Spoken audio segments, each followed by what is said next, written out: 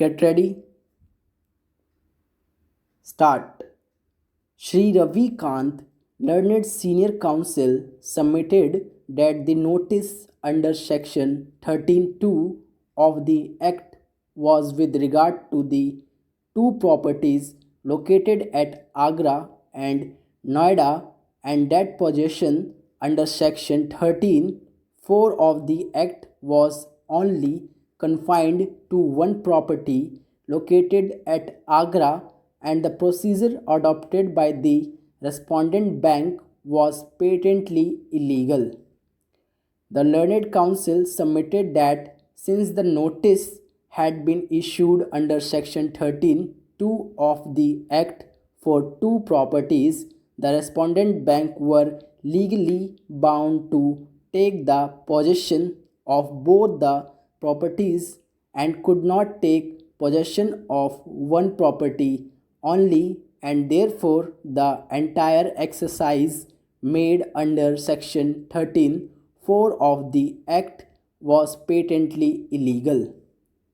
The learned counsel submitted that, assuming without admitting that the respondent bank could proceed against one property under section 13(4)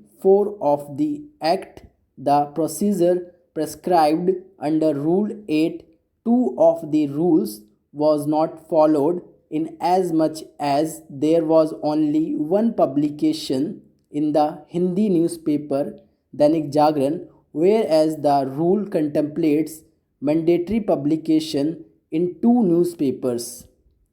In the end, the learned counsel for the petitioners submitted that one-time settlement had been offered by the bank, which the petitioners had accepted in part and were still willing to adhere to it, provided the onerous condition imposed by the bank for the withdrawal of the suit and the complaint filed before the MRTP were withdrawn.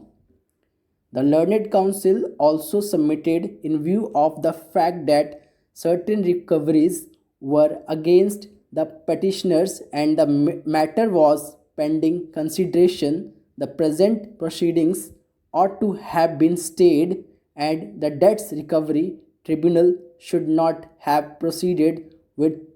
till the disposal of the suit. The learned counsel for the respondent bank submitted that new grounds are being raised before this court which were neither urged nor argued before the debts recovery tribunal, and that this court should refrain itself from going into these questions since the entire matter is still pending consideration in the application of the petitioners filed under section 17 of the Act before the Debts Recovery Tribunal. Shri Shashi Nandan, learned counsel for the auction purchaser, submitted that pursuant to the sale notice, the auction was held in which respondent number 5 was found to be the highest bidder and his bid has been accepted and a sale deed has been executed and the possession has been delivered. The learned counsel submitted that the process of auction has not been challenged in this writ petition and that against an interlocutory order the present writ petition has been filed. Having heard the learned counsel for the parties, this court finds that there is no error in the issuance of notice under section 13(2) of the Act. It is open to a secured creditor to move against any secured assets, and it is not essential that all the secured properties should be put to sale simultaneously.